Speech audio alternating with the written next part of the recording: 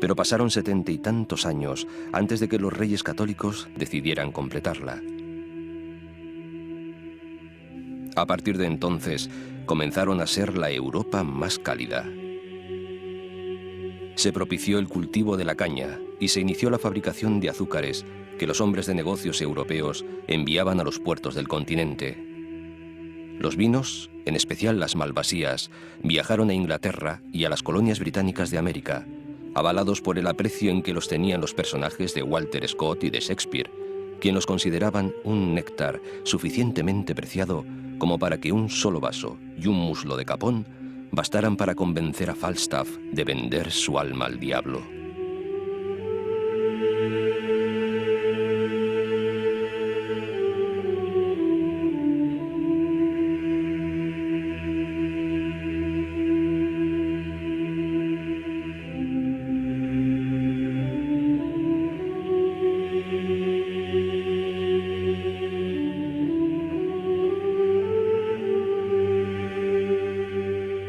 Este archipiélago, lugar obligado de recalada de las navegaciones transatlánticas históricas, envió a América pobladores que fundaron Montevideo, gentes que se fundieron en Cuba para constituir la base étnica del Guajiro, que dejaron descendencia por la Luisiana, donde aún se conserva el habla castellana insular, que han hecho de Caracas una segunda patria. Es seguro que hubo canarios en la defensa del Álamo, uno de los mitos de la historia estadounidense, y que otros muchos se acriollaron, participando en la independencia de las repúblicas sudamericanas. La historia de Canarias es la síntesis de las de Europa y América de los últimos 500 años.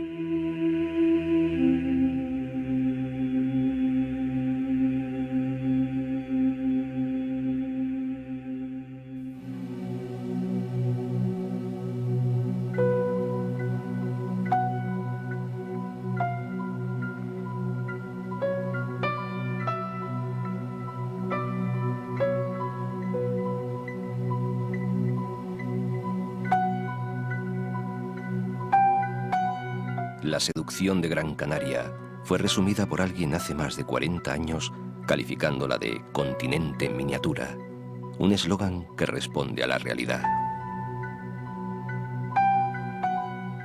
3 hombres de nombre Juan, el obispo Frías, el capitán Rejón y el deán Bermúdez, establecían un día de San Juan de 1478 un campamento militar junto al barranco de Guiniguada, llamándolo desde aquel momento el Real de las Palmas.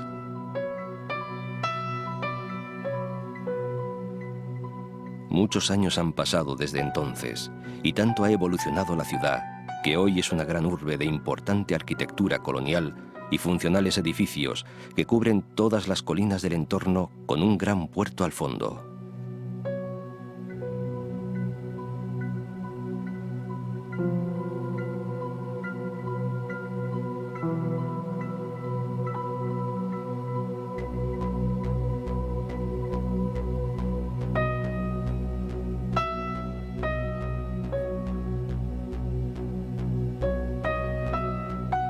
Una ciudad con una playa en el centro es un lujo. La de las canteras, 5 kilómetros de arena dorada, es, además, una barrera natural de rocas que para los embates del agua y el principio, o tal vez, el punto final de una ciudad tras la que se desparraman, desordenadas, calles y avenidas, casas y monumentos en un latir constante que se hacen explosión de vida cuando llegan los tiempos del carnaval.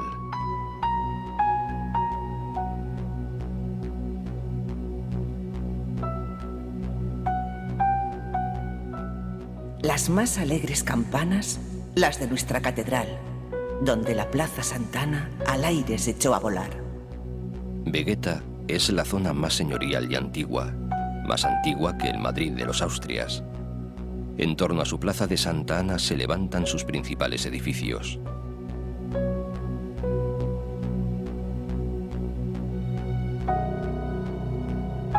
Al otro lado del barranco de Guiniguada, cuyo viejo cauce cubre ahora una autovía, el convento e iglesia de San Francisco y el barrio de Triana, que hasta hace un siglo, cuando se construyó el Muelle de la Luz, fue barrio marinero. La ciudad ha crecido y se ha hecho mayor por escaleritas y chamán, por Siete Palmas, La Minilla y tantos otros barrios que son ya parte de su patrimonio.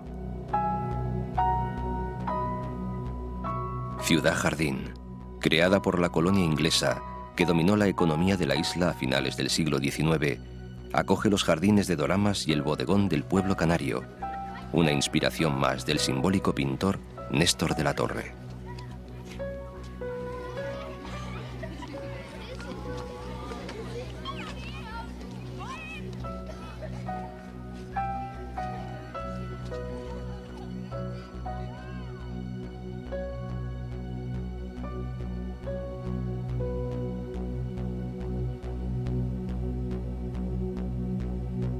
En el otro extremo, el istmo de la isleta tiene a Barlovento el puerto de la Luz. Grande, impresionante, lleno.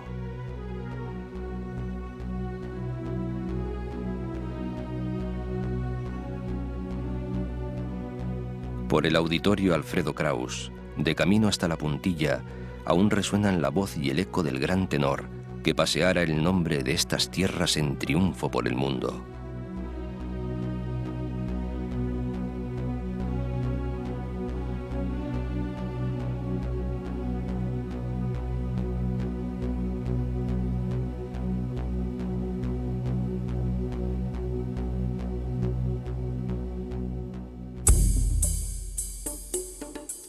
Telde, la primera ciudad en crearse de todo el archipiélago, es ahora la segunda de la isla.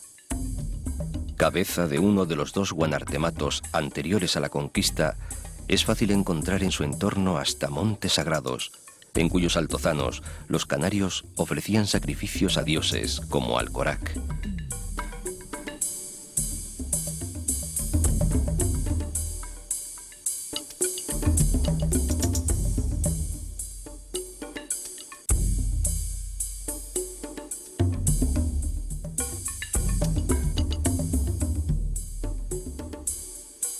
Por Tirajana estuvo la inexpugnable fortaleza de Ansite, junto al monte sagrado, donde se produjo el último enfrentamiento entre guanches y castellanos. Aquí fue donde Tazarte, el viejo faicán de Telde, y el joven Bentejuí, después de verse cercados y ante la falta de agua y alimentos, se abrazaron para lanzarse al vacío, mientras gritaban «Atis Tirma», antes morir que dejar de ser canario.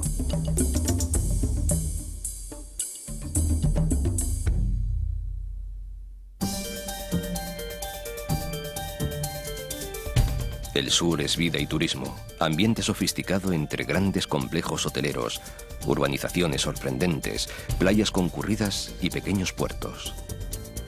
Y en medio de tanto sol y tanta luz, gentes venidas de todos los rincones del planeta en busca de un paraíso. Las playas más extensas y famosas son las del Inglés y Maspalomas.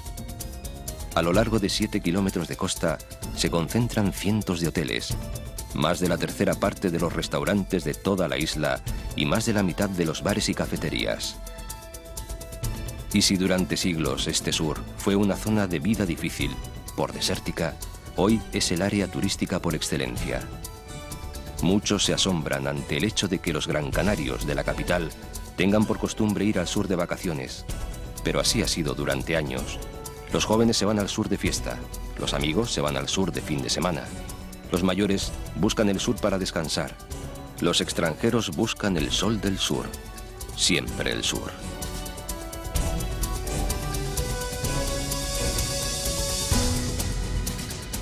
Y es aquí, en la punta del sur, donde se halla uno de los parajes más hermosos de la isla, las dunas de Maspalomas.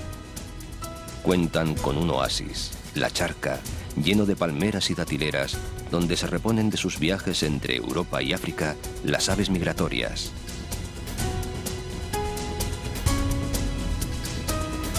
Y el famoso y centenario Faro de Maspalomas.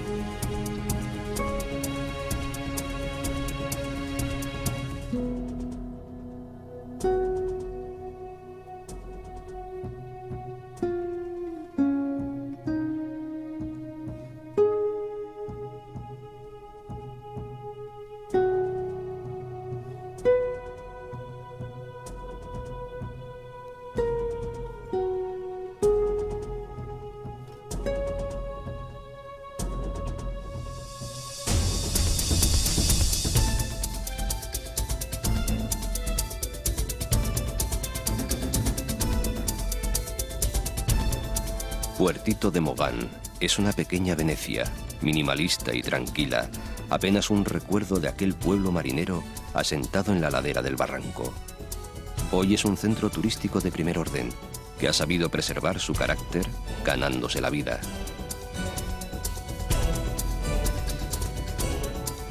El norte, por este lado de la isla redonda, ha sido tradicionalmente la zona más recóndita y desconocida de la isla, y por tanto territorio de sorpresas y asombros varios.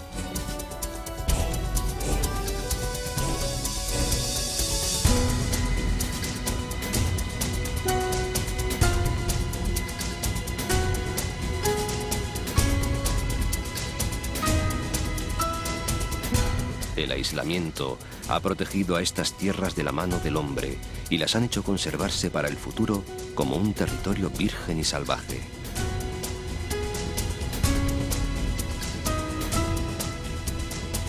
El norte de la isla es rico en tradiciones e historia. Arucas, en la ladera de un volcán, entre millo, papas y plataneras, se abre a encantadoras calas, asentada en una llanada de tierra negra. Y todo el mundo se hace lenguas de la habilidad de sus canteros, que casi llegan a tocar el cielo con las agujas góticas de la iglesia de San Juan Bautista, conocida popularmente como la Catedral de Arucas.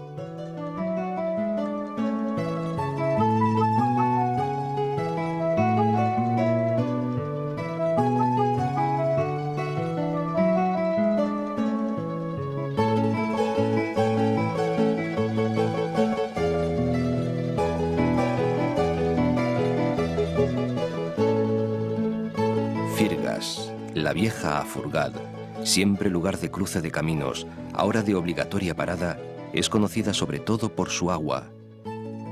Moya, la Villa Verde, es famosa por sus etéreos suspiros y bizcochos, por contar con la reserva más importante de bosque de laurisilva de la isla, Los Tilos, y por ser la villa natal del poeta Tomás Morales, uno de los máximos exponentes del modernismo español. Y de pronto, rasgando la calma, sosegado, un cantar marinero, monótono y cansado, vierte en la noche el dejo de su melancolía.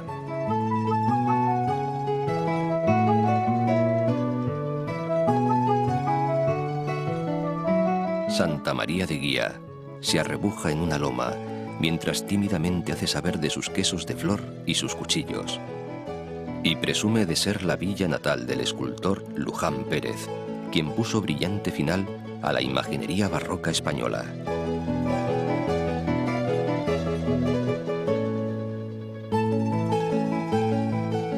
En sus proximidades, al lado del puente de Silva, se encuentra el cenobio de Valerón, granero colectivo y lugar de estancia de las arimaguadas, jóvenes guanches, sacerdotisas vírgenes que permanecían confinadas en alguna de sus oquedades hasta el momento de contraer matrimonio.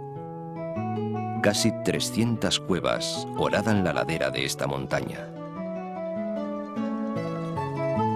Gáldar, tan cerca, para no ser menos, fue sede de uno de los guanartematos de la isla. Atesora algunos de los vestigios más importantes del pasado: la Cueva Pintada, la necrópolis de la Guancha.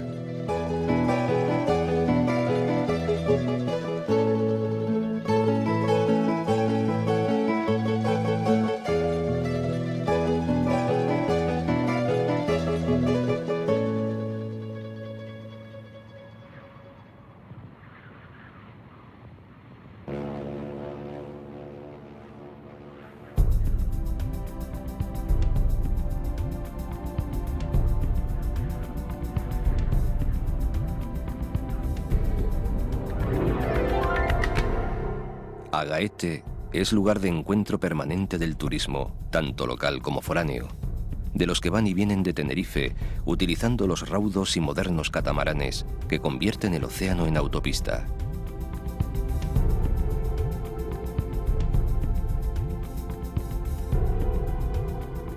La costa ofrece aquí su cara más esplendorosa: el puerto y la playa de las Nieves, por un lado, y el Dedo de Dios, una espectacular roca que emerge del mar, por otro.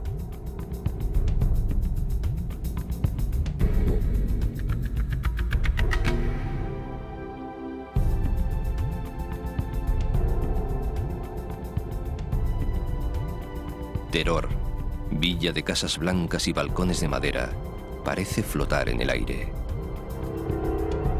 Y lo que se adivina valle es en realidad meseta, un lugar emblemático donde se encuentra la Basílica de Nuestra Señora del Pino, santuario de las gentes isleñas que viven en su fe la historia de un milagro acaecido allá por el siglo XVII. Tan típico pueblo, tiene además una bellísima arquitectura colonial llena de historia y crónica social de la época, como es la casa de Doña Teresa de Bolívar, esposa del Libertador, cuyos padres eran oriundos de Teror.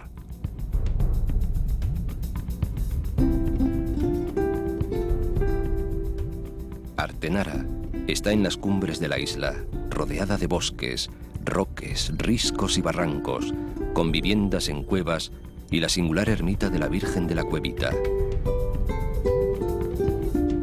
En el Parque Natural de Tamadaba, 8 kilómetros cuadrados de laderas cubiertas de pinos y pequeñas poblaciones se conservan casi en el mismo estado en que fueron construidas por los antiguos canarios, y donde se mantienen vivas las tradiciones ancestrales de la cerámica y los telares. Por Tafira, que casi es un barrio de la capital, se inicia otro camino hacia la cumbre, que pasa por la caldera de Bandama.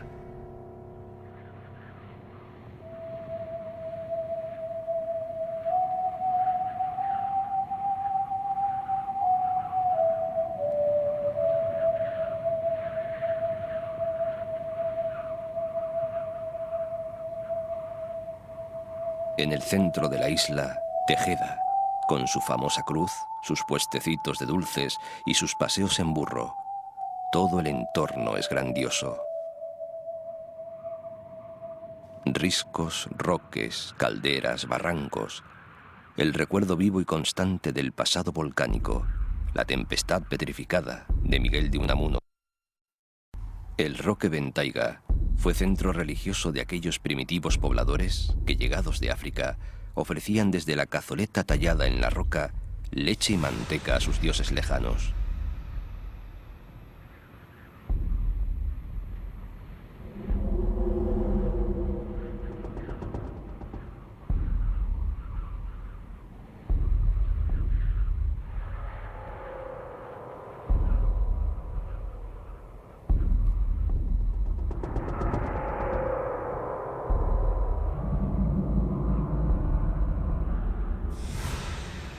El Pico de las Nieves, desde su altura de casi 2000 metros, contempla envidioso la fama de unas crestas menores. Y el piadoso Roque del Fraile es un orante perpetuo ante el queridísimo Roque Nublo, símbolo por excelencia de Gran Canaria. Sombra del Nublo, altar de mi tierra amada. Hay nieve y sol en la cumbre, cumbre de mi Gran Canaria. Roque Nublo, lírica piedra lunar.